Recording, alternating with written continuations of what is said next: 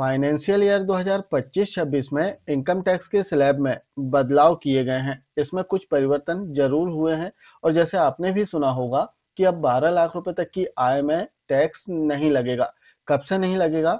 Next financial year, अगले वित्तीय वर्ष 2025-26 से यदि आपकी टैक्सेबल इनकम 12 लाख रुपए तक है तब आपको टैक्स नहीं देना है। अब इसमें क्या सच है इसे हम समझते हैं और कब टैक्स नहीं लगेगा और कब टैक्स लगेगा इसे भी हम समझते हैं। सबसे पहले हम इसके स्लैब की बात कर लेते हैं। तो जैसे इसमें जो परिवर्तन किया गया है कि 0 से 4 लाख तक न्यू टैक्स रिजीम में कोई भी टैक्स नहीं लगेगा। हम केवल न्यू टैक्स रिजीम की बात कर रहे हैं। ओल्ड टैक्स रिजीम में कोई परिवर्तन नहीं किया गया है। अगला जो वित्तीय वर्ष है 2025-26 इसमें किसी प्रकार का परिवर्तन ओल्ड टैक्स रिजीम में नहीं हुआ है, लेकिन न्यू टैक्स रिजीम में जरूर परिवर्तन हुआ है। इसमें 0 से 4 लाख रुपए तक यदि आपकी आय है तब आपको कोई टैक्स नहीं देना है, जीरो है। इसके बाद में 4 से 8 लाख रुपए तक यदि आपकी इनकम है तब 5% टैक्स, 8 से 12 लाख तक 10%, 12 से 16 लाख तक 15%, 16 से 20 लाख 20%, 20 लाख से 24 लाख 25% और 24 लाख से यदि अधिक आपकी आय है तब 30% टैक्स आपको देना होगा। अब आपके मन में एक प्रश्न आता होगा कि सर जब 12 लाख रुपए तक की आय टैक्स फ्री है तब यहाँ पर स्लैब क्यों दिया गया है 12 लाख रुपए तक का? जैसे आप देखेंगे कि इसमें 4 से 8 लाख तक 5% और 8 से 12 लाख रुपए तक 10% इसमें टैक्स दिया गया है। तो किस प्रकार से छूट मिलेगी, आइए इसे हम समझते हैं। अब जैसे हम केवल बात कर रहे हैं सैलरी पर्सन और जो पेंशनर हैं उनकी बात कर रहे हैं कि उनकी गणना कैसे होगी। जैसे उनकी ग्रॉस इनकम 12,75,000 हुई। अब 12,75,000 में 75,000 रुपए न्यू टैक्स रिजीम में इन्हें स्टैंडर्ड डिडक्शन मिल जाएगा, केवल सैलरी पर्सन और जो पेंशनर हैं इनके लिए। यदि आम नागरिक की बात करें तो आम नागरिक को स्टैंडर्ड डिडक्शन नहीं मिलेगा। अब इसके बाद स्टैंडर्ड डिडक्शन जब कम होगा तो हमारी टैक्सेबल इनकम आ जाएगी। 12,75,000 में 75,000 हम कम करेंगे तो 12 लाख रुपए हमारी टैक्सेबल इनकम बचेगी। तो इसके लिए जैसे स्लैब दिया गया है तो स्लैब में टैक्स तो लगेगा, जैसे बोल रहे हैं कि 12 लाख तक टैक्स नहीं लगेगा, लेकिन 12 लाख रुपए तक यदि आय है तब भी टैक्स लगेगा आपका।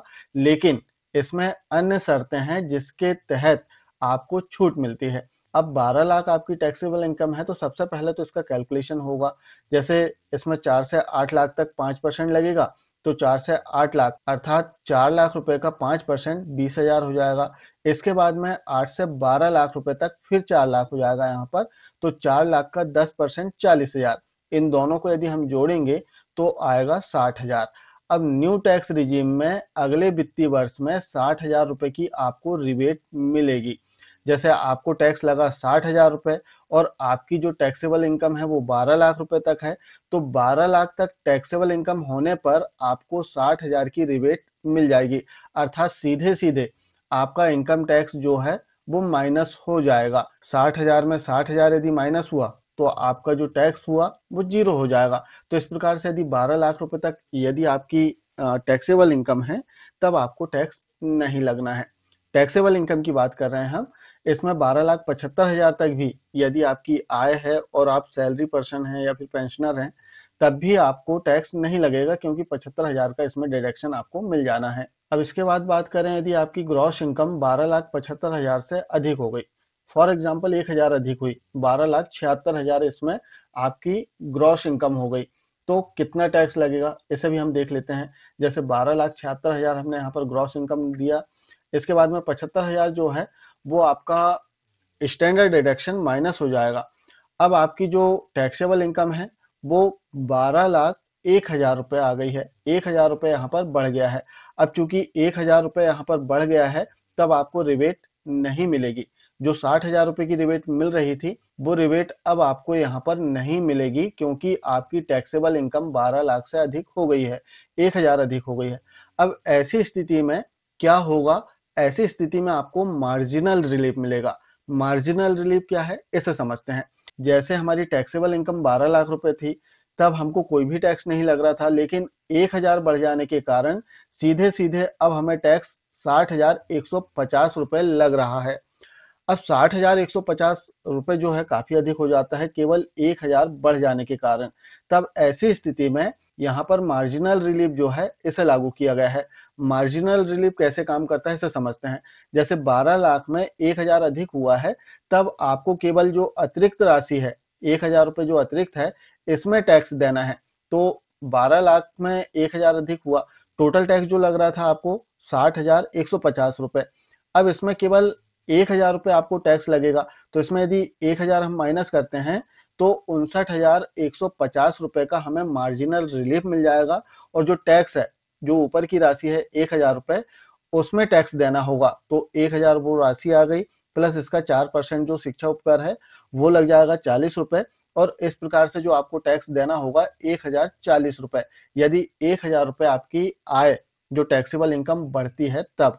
अब ऐसा नहीं है कि जो मार्जिनल रिलीफ है वो हमेशा काम करते रहेगा, इसकी भी एक लिमिट होती है। जैसे हम यहाँ पर एक अमाउंट और फिल करते हैं, 13,50,000 रुपये। इसमें हम देखेंगे कि जो टैक्स है 71,250 रुपये हमें आएगा। तो 71,250 रुपये हमारी अंतिम लिमिट रहेगी। इससे यदि हम ज़्यादा करते हैं, जैसे हम 13,55,000 करते हैं, 13,55,000, तब इसमें आप देखेंगे कि जो मार्जिनल रिलीफ है वो लागू नहीं होगा। यहाँ पर 72,000 जो टैक्स है वो आ जाएगा, और इसका 4% शिक्षा उपकर, और इन दोनों को जोड़कर जो टैक्स आएगा वो आप यहाँ पर देख सकते हैं। तो इस प्रकार से जो मार्जिनल रिलीफ है इसे इसमें लागू किया गया है। हालांकि लास्ट ईयर भी जो न्यू टैक्स रिजीम था उसमें हमें मार्जिनल रिलीफ मिलता था। तो इस प्रकार से जो वित्तीय वर्ष 2025-26 है इसमें न्यू टैक्स रिजीम में जो टैक्स स्लैब है इसमें चेंज किया गया है, बदलाव किए गए हैं। लेकिन ऐसा नहीं है कि 12 लाख रुपए तक आपको टैक्स नहीं लगेगा, बिल्कुल टैक्स लगेगा। हाँ, लेकिन इसमें जैसे शर्तें लागू है कि आपको रिबेट भी मिलेगा, मार्जिनल रिलीफ है इसका भी लाभ मिलेगा। तो इस प्रकार से इसका कैलकुलेशन होगा, जिसे समझना जरूरी है। तो आशा है आप समझ पाए होंगे कि फाइनेंशियल ईयर 2025-26 में किस प्रकार से टैक्स का कैलकुलेशन होगा और किस प्रकार से बदलाव किए गए हैं। मिलते हैं कुछ इसी प्रकार की जानकारियों के साथ में नेक्स्ट वीडियो में। तब तक के लिए जय हिंद।